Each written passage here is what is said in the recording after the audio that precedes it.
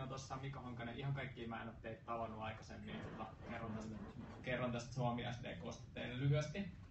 Eli idea nyt, mikä tässä on taustalla, niin on se, niin kuin me kaikki tiedetään, että julkisia tietovarantoja on tosi paljon Suomessa, ne on tosi korkealaatuisia, mutta niitä on ollut vaikea tähän asti käyttää. Eli tässä on nyt esimerkiksi VM:ssä tehty tällainen listaus, mihin on kerätty. Tässä ei ole edes kaikkea. Mä en tiedä, tietääkö kukaan Suomessa, että kuinka paljon näitä on kaiken kaikkiaan, mutta tähän nyt on listattu niin kuin tärkeimpiä. Niin kuin näkyy, niitä on todella paljon ja niistä saataisiin todella paljon irti. Se työmäärä, mitä joku on naputellut sitä näppäimistöä, kun noita tietoja on kerättyä, niin pidetään tuolla jatkuvasti ajan tasalla ihan mieletön, jolloin tavallaan sitä kannattaisi hyödyntää sitä työtä, mikä on tavallaan jo tehty. Sitten se, miksi mä otin tähän hallitusohjelmaan, niin mä itse asiassa katsoin hallitusohjelmaa, koska tämä Suomi SDK ei ole pelkästään VRK-sisäiseen käyttöön, vaan tämä on kansalliseen käyttöön, ehkä jopa EU-tason käyttöön joskus. Niin tässä on aika hyvin menee tuon hallitusohjelman kanssa yhteen. Siellä on tällaisia lauseita muun muassa, että kasvua edistävät panostukset, julkisen taloutta pitää niin kuin vahvistaa, säästöjä ja rakenneuudistuksia pitää tehdä.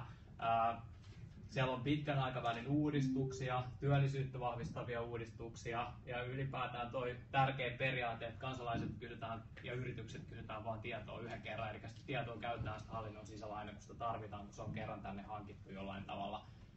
Ja myös tätä avoimen dataa ja tietovarantojen paremmalle hyödyntämisellä niin halutaan luoda uusia tällaisia liiketoimintaedellytyksiä. Ja myös niin kuin sitten, kun hallitusohjelma sanoo, että laaditaan nämä digitalisaation periaatteet, no ne on nyt laadittu ja siellä avataan tietoa rajapunnet yritykselle ja kansalaisille myös. Jos tätä nyt vähän miettii, että mihin tämä Suomi SDK tähtää, niin meillähän on ollut siis ongelma se, että digitalisaatiosta on puhuttu yli 20 vuotta, siitä on tehty hirveästi erilaisia strategioita ja muuta, mutta ne ei ole ehkä ihan välttämättä saavuttanut sitä tavoitetta, mitä niille on asetettu. Sitten jos miettii, että meillä on ohjelmistokehittäjiä Suomessa hyvin rajallinen määrä, niitä on ehkä joku 60 000, paljon allekin sen IT-alalla on ehkä se 60 000 ihmistä töissä.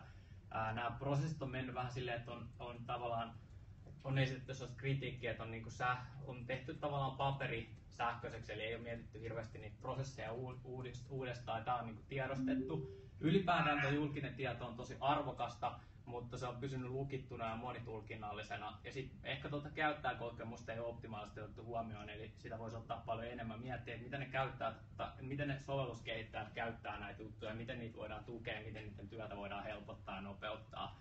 Ja sitten ehkä tällainen taustajuttu myös, että tuo SOAP on aika vanha ja sitä ehkä on korvattu tosi voimakkaasti ainakin yksityisen sektorin RESTillä, mahdollisesti muillakin jutuilla. RESTiä tukee se, että se on yksinkertaisempi ja huomattavasti nopeampi käyttää. Eli myös näitä asioita mietitään sitten, kun mietitään kaupan tulevaisuutta, niin mitä teknologiat me käytetään, että tuleeko SOAPin lisäksi jotain muitakin, esimerkiksi RESTiä, miten sitä tuetaan ja miten se menee tähän koko roadmapille. Myös sit muita nousevia teknologioita on GraphQL, mitä Facebook työstää. Ne käyttää sitä, siellä on GitHubia ja muuta, mutta sen käyttö on niin kuin yleisesti vielä aika pientä ja reaaliaikaa ohjelmointirajapintoja ja muuta. Näitä tulee paljon, koska tarve näille on tosi iso. Mikä tämä Suomi SDK on, niin mä sanoisin tälle, että se on alusta, minkä päälle on helpompi ja nopeampi rakentaa digitaalisia palveluita. Se luo tällaisen kasvualustan muun muassa startupeille, uusille tuotteille ja nopeille kokeiluille. Esimerkiksi hackathonissa olisi ehkä mahdollista rakentaa sen päälle nopeasti jonkunnäköisiä digitaalisen palveluiden protoja tai jopa digitaalisia palveluita. Se on tällainen abstraktiotaso, mikä hävittää tavallaan sen alla olevan jutun, eli sen sovelluskehittäjän ei tarvitse tietää, onko siellä X-Roadi, onko siellä mahdollisesti joku restirajapinta tai muuta, koska ne kaikki piilotetaan sille ton alle. Se vaan tietää, että se pääsee sieltä sen kautta helposti niihin tietoihin käsiksi. Sitten se sisältää tämän rajapintojen hallinnon alustan ja ylipäätään sen tavoite on tavallaan tukea tätä Suomen tietoyhteiskunnan kehitystä ja uudistaa koko kansantaloutta.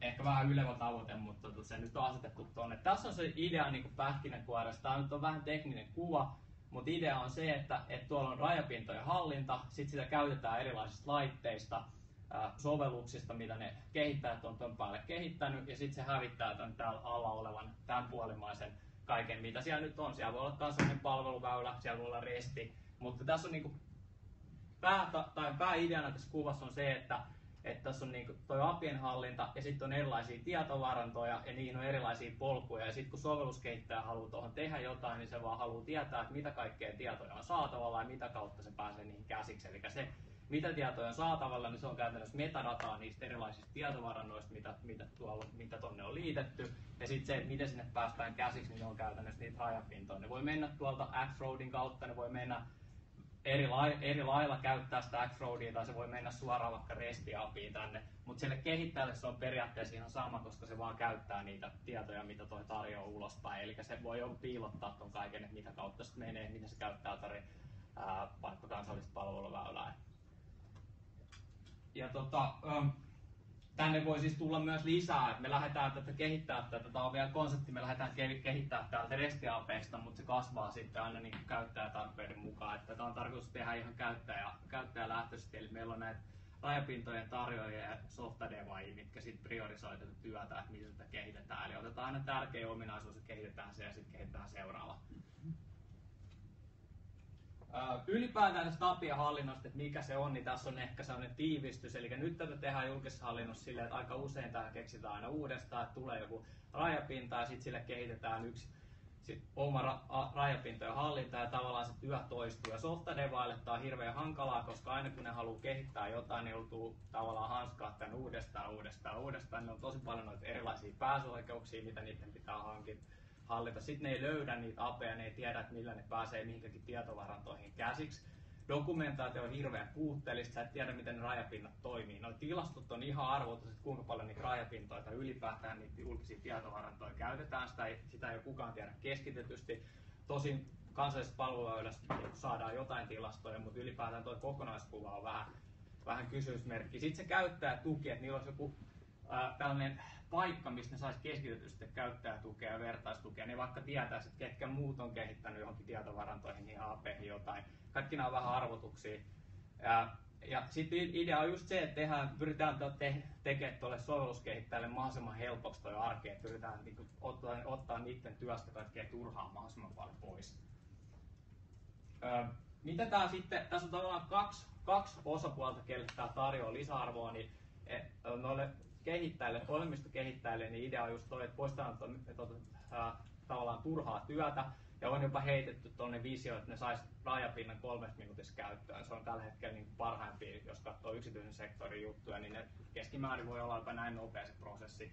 Et siinä ei menisi viikkoja, siellä ei olisi mitään paperilomakkeita, että saat sen jonkun käyttäjäluvan ja ketä sen käsittelee ja kuinka kauan siinä menee, vaan se olisi kaikki automatisoitu, se olisi tosi nopeata. Sitten saisi tuon saman identiteetin käyttöön kaikkiin noihin rajapintoihin, että niillä olisi 10 eri käyttäjätunnuksia, salasanoja, riippuen siitä, mitä ne käyttää. Se voisi lähteä tuosta GitHubista liikkeelle, ja sitten jos tarvitaan vahvaa tunnistusta, niin sieltä voisi tulla se vahva tunnistus sit mukaan, kun sitä tarvitaan. Ja idea olisi se, että kaikki täällä alla olevaa teknologiaa, eli just näitä, että miten se tieto liikkuu sinne tietovarantoon, niin se voidaan tavallaan häivyttää, eikä sen ohjelmistokehittäjän tarvitse miettiä sitä ollenkaan. Ja sitten ylipäätään tarkoitus on koko ajan poistaa tuosta turhaa tekemistä, siitä löydettävyydestä, käytettävyydestä ja päällekkäisestä toiminnasta.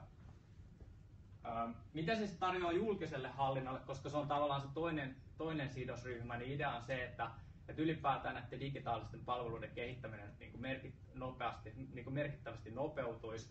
Ja ensimmäistä kertaa kehittäjät ja hallinto pääsisi suoraan yhteistyöhön, että siitä poistettaisiin niitä tavallaan väliportaita, jolloin se olisi paljon tehokkaampaa.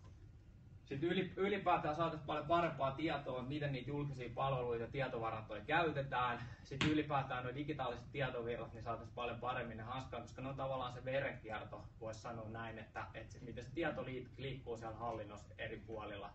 Ja kun ne saadaan paremmin, tiedetään niistä tilastoja, ymmärretään niitä paremmin, niin sitten sieltä voidaan myös poistaa kaikkea turhaa siis ton liinaajattelun mukaan. Eli tutkitaan sellaisia turhaa tekemistä, kokeillaan, miten niitä voisi tehdä helpommin ja uudistetaan sitä. Tässä oli oikeastaan tämä mun esitys.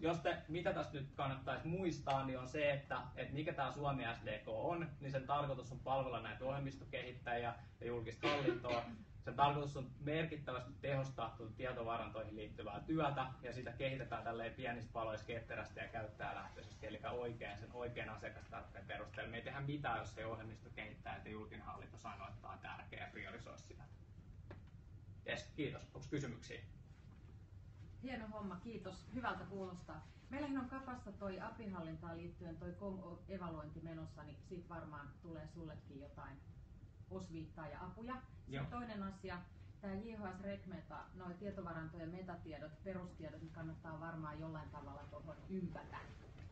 Joo, kyllä. Eli idea on, mitä mulla oli 30 kalvoa, piti vähän leikata, mutta idea on kyllä käyttää sitä yhteentoimivuuden välineistöä tässä kaikissa tietomalleissa ja muissa, mitä tähän tulee. Eli se on tarkoitus puulata suoraan tähän kiinni. Se on tosi beta-vaiheessa vielä, että mä en halunnut sitä vielä laittaa tänne, mutta sitten kun se kypsyy ja sitä ruvetaan käyttämään, niin me otetaan ehdottomasti se käyttöön.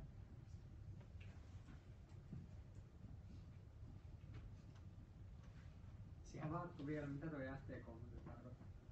No, SDK siis on tavallaan sellainen työnimi, ja mä en tiedä onko tämän tuotteen oikein nimi vielä se, mutta siis se voi sanoa vaikka, että se on Software Development Kit. Tosin tästä käydään sellaista väittelyä, ja me nyt päätettiin, että se on Suomi SDK, mutta en tiedä onko se lopullinen nimi. Se voi olla vaikka joku tytön nimi sit loppujen lopuksi.